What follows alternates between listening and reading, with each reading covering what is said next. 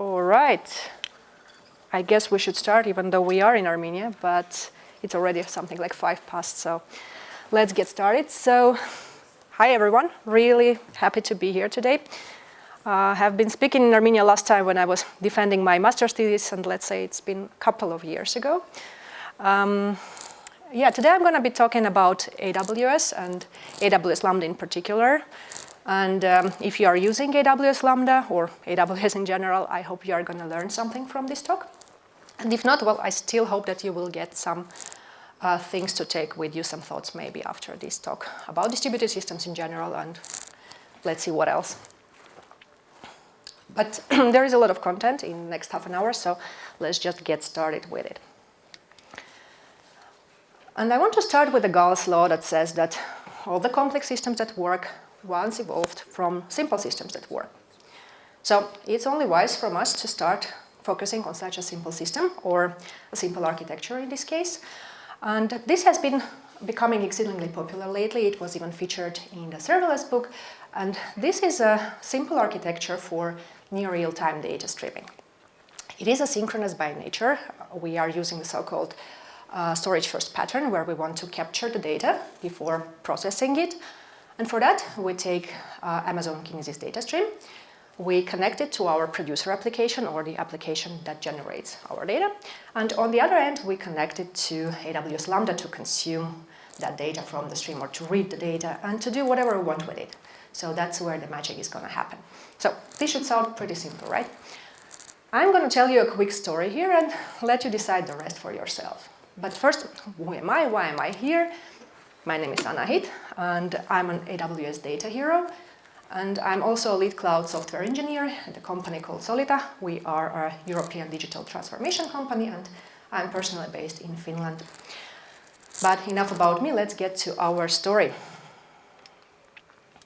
So you might have already guessed, this story is mainly about AWS Lambda, but not entirely. So I was working with this customer where we're using this simple yet powerful architecture for near real-time data streaming, until one day we realized that we were losing data.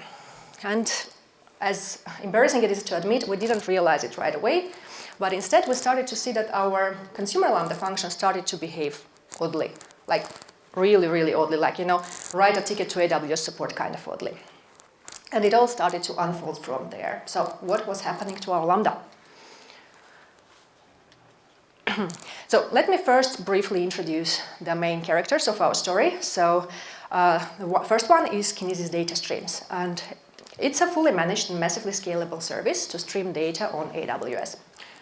After you write the data to the stream, it is available for you to read within milliseconds, hence the near real time. And after that, it's safely stored in your stream for at least 24 hours, or up to a year if you configure it to be so. And during that time, you can consume and replay that data as many times as you want, but you cannot delete the data from the stream. Once it's written, it stays there for at least 24 hours. And this data retention and replay capabilities is something distinct for Kinesis compared to some other AWS services.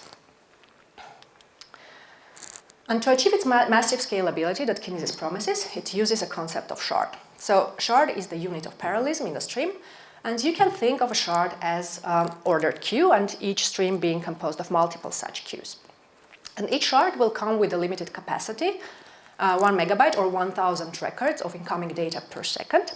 But the number of shards you can have in your stream is virtually unlimited. So you can have as many shards as you want to stream as much data as you need. And it can be any data that you have. It can be IoT data or gaming data, website click streams, social media feeds, log data, whatever data you have is good. And also it has been used for event-driven architectures to pass events from one component to another in your event-driven architectures.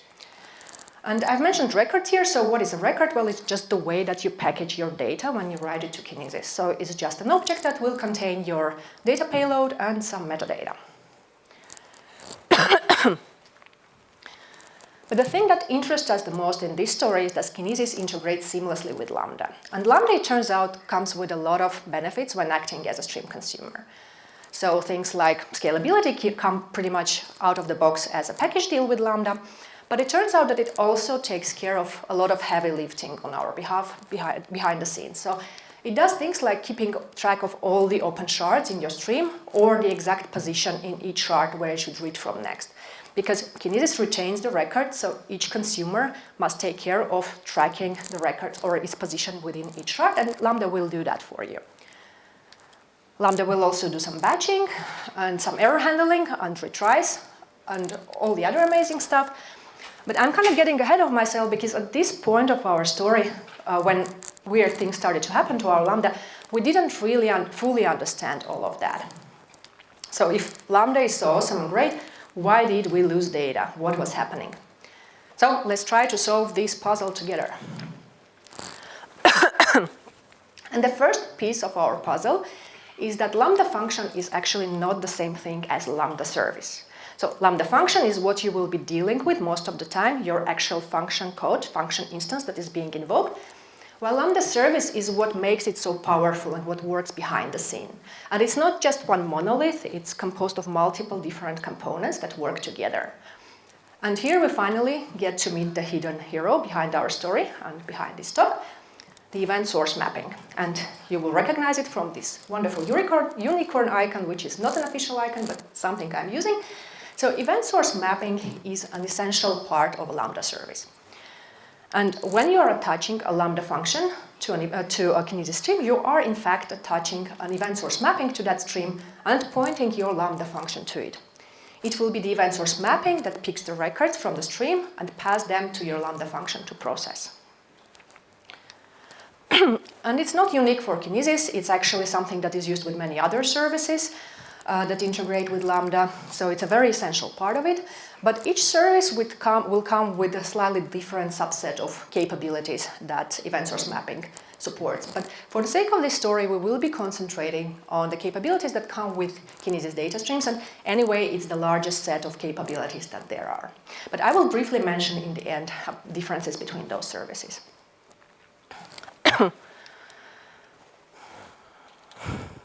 Oops, sorry.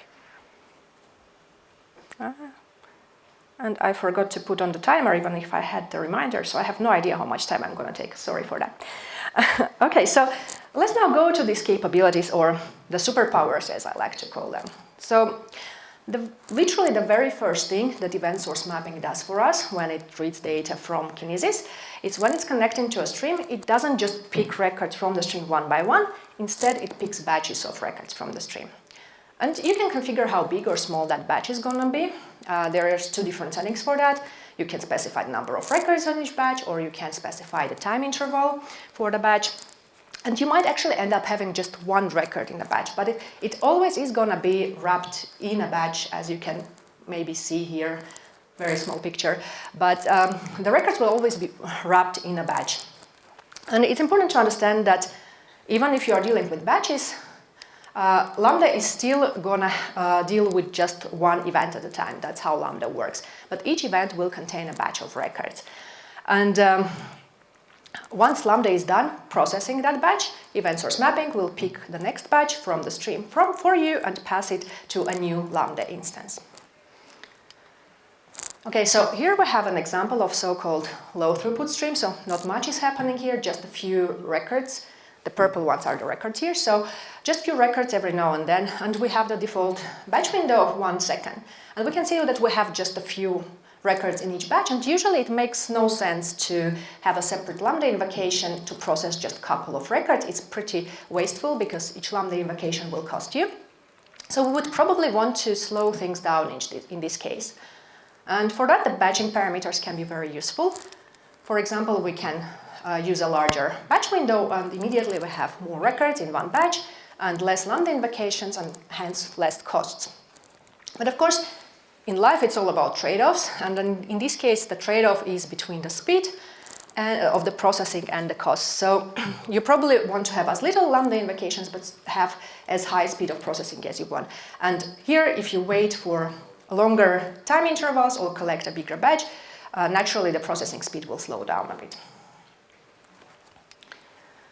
Okay, so the next important thing to know about event source mapping and Kinesis is that event source mapping picks batches of records from all the shards in the stream in parallel. So if you remember, each Kinesis stream is composed of multiple shards, And event source mapping will be picking batches of records from each shard in the stream and passing it to a separate Lambda invocation. So this means that you will have as many concurrent Lambda invocations reading from your stream as you have shards in that stream. And we just saw that, if we want to slow things down, we can play with the batching parameters. But what if we need to speed things up? For example, we have a high throughput stream and Lambda can't keep up with the speed of incoming data. The processing takes a long time.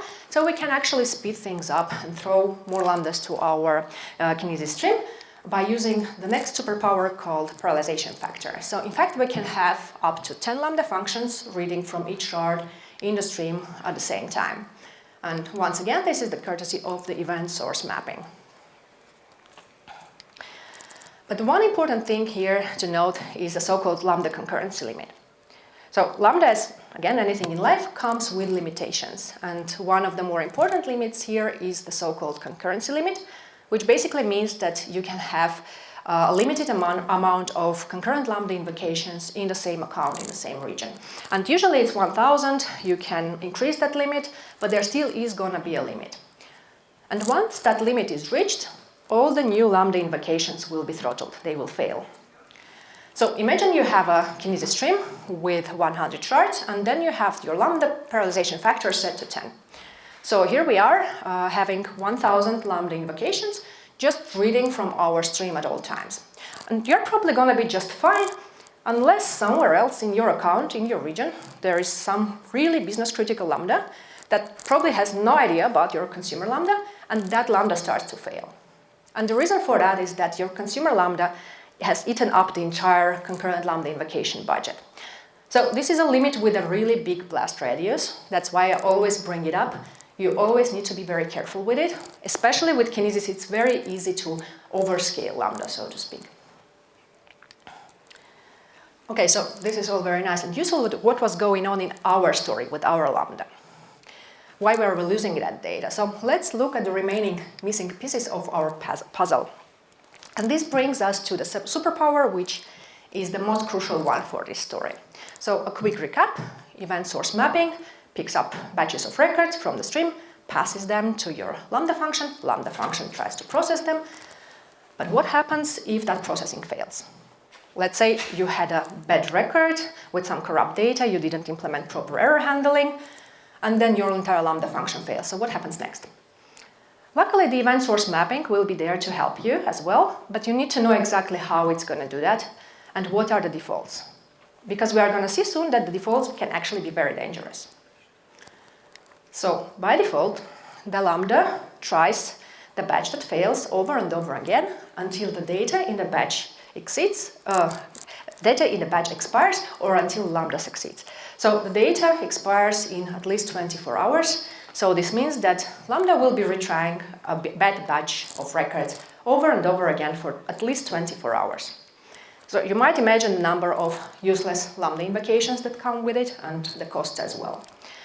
And imagine if we configure it to be a week, a month, a year, we can be in quite a lot of trouble. And moreover, all these useless invocations can probably cause you some data reprocessing.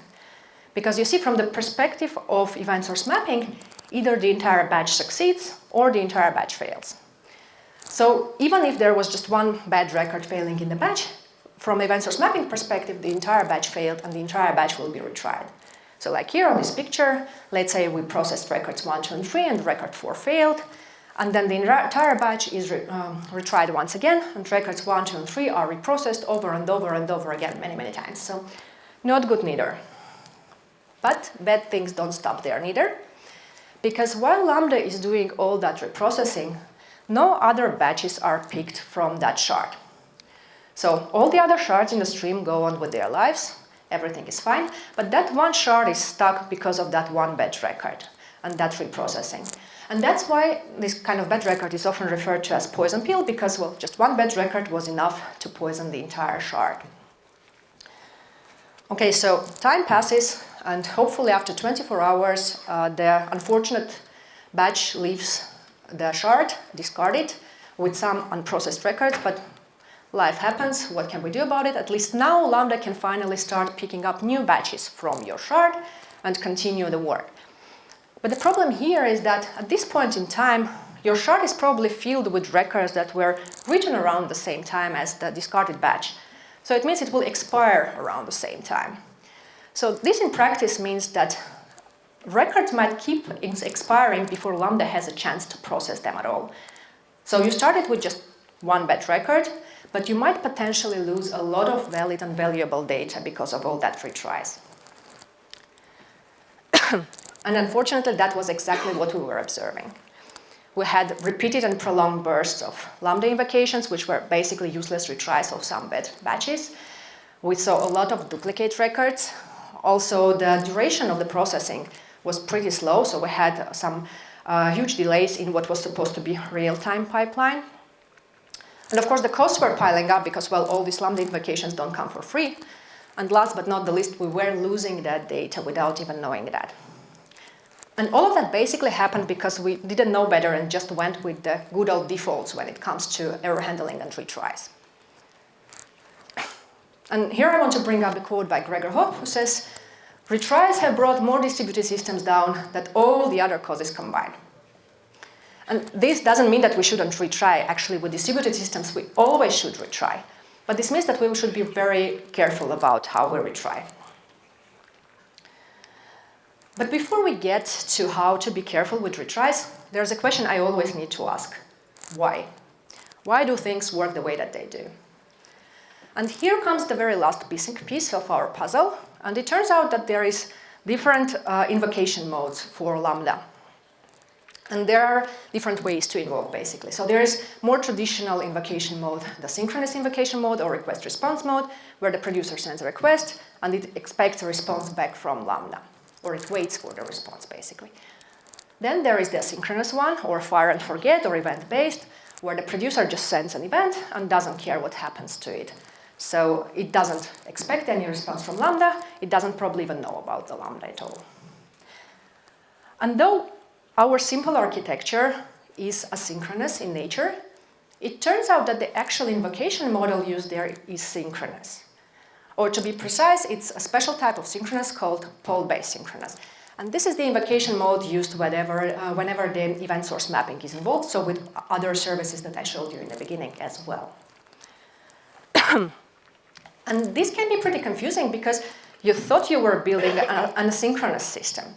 And you still are building an asynchronous system, just the part between Lambda and the event source mapping is synchronous. And this is the reason why it shows some behavior of synchronous invocations. So there is this synchronous invocation payload limit of 6 megabytes that applies here. And that's why event source mapping expects a response from your Lambda function. And when your Lambda function fails, it returns an error to the event source mapping. And the event source mapping retries that batch in the default way that I described to you earlier. And well, the hell breaks loose, because defaults can be dangerous, I told you. So it's very important to understand the differences between those invocation modes, because each of them will come with its special way of treating errors and handling errors. And luckily for us, the poll-based synchronous invocation mode comes with a very extensive error handling capabilities, once again thanks to the event source mapping. So there is a lot of knobs that we can tweak with event source mapping to handle errors.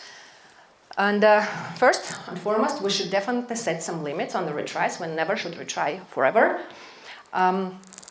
We can set the maximum retry attempts as well as the maximum age that we want our Lambda of records that we want our Lambda process. And you can see that by default, both of those are -1, which means infinite processing, so infinite retries. Next, there is an option called batch bisecting, where we are allowing our Lambda to split the failed batch recursively and retry that parts of it separately until hopefully we are left with just one batch record. And then there is an option called return partial success, which again, due to the synchronous invocation mode or synchronous characteristics of our invocation mode, we can actually tell to the event source mapping which exact record failed. So we don't need to fail the entire batch anymore.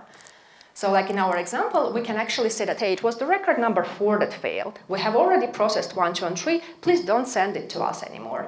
And in that way, we will avoid all that unnecessary processing. And finally, if all else fails, you do not just discard records, but instead you allow Lambda to send those failed records to a so-called on-failure destination, which can be either SQS or SNS. And you can use all of these configurations in any combination that you want. Just whatever you do, please do not go with the defaults. Okay, so finally we figured out what was happening to our Lambda, but there is just a couple of cool tricks that event source mapping has under its sleeve that I wanted to tell you.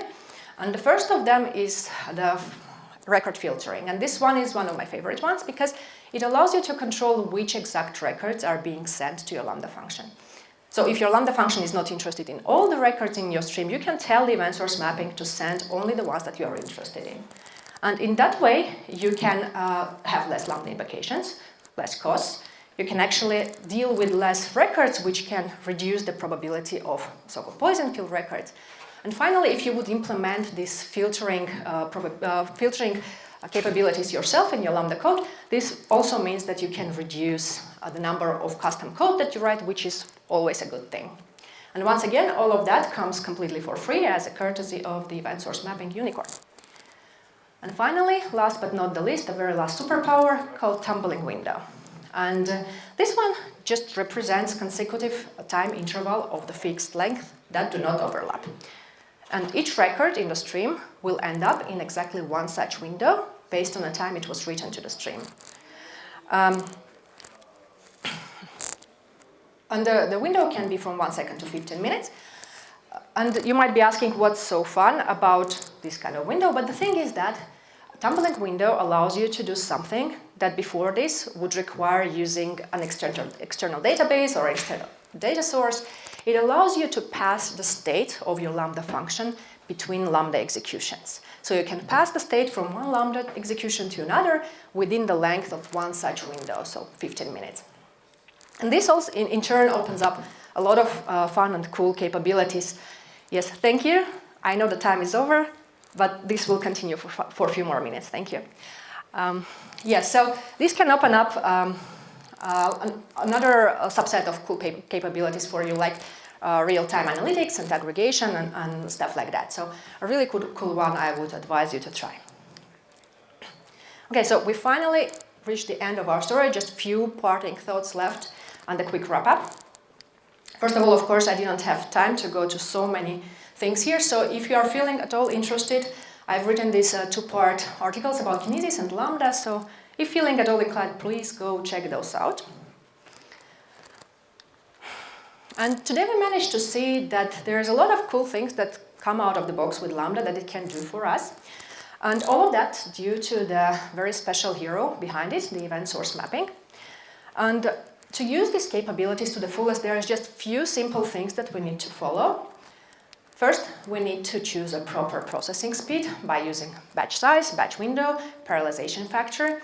It's always about trade-offs between speed and cost, so we need to find that sweet spot where we will have as little invocations as possible with an appropriate processing speed for our particular case.